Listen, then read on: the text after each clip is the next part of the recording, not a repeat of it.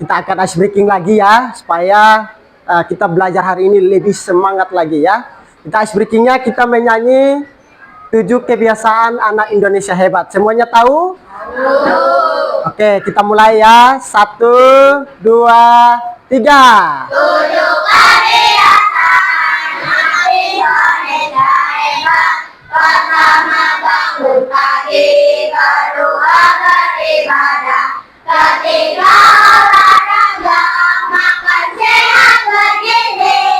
Jangan lupa untuk gemar belajar. Mari bermasyarakat di lingkungan sekitar. Jika malam pun tiba, tidurlah tepat waktu. Itulah 7 tanda anak Indonesia hebat.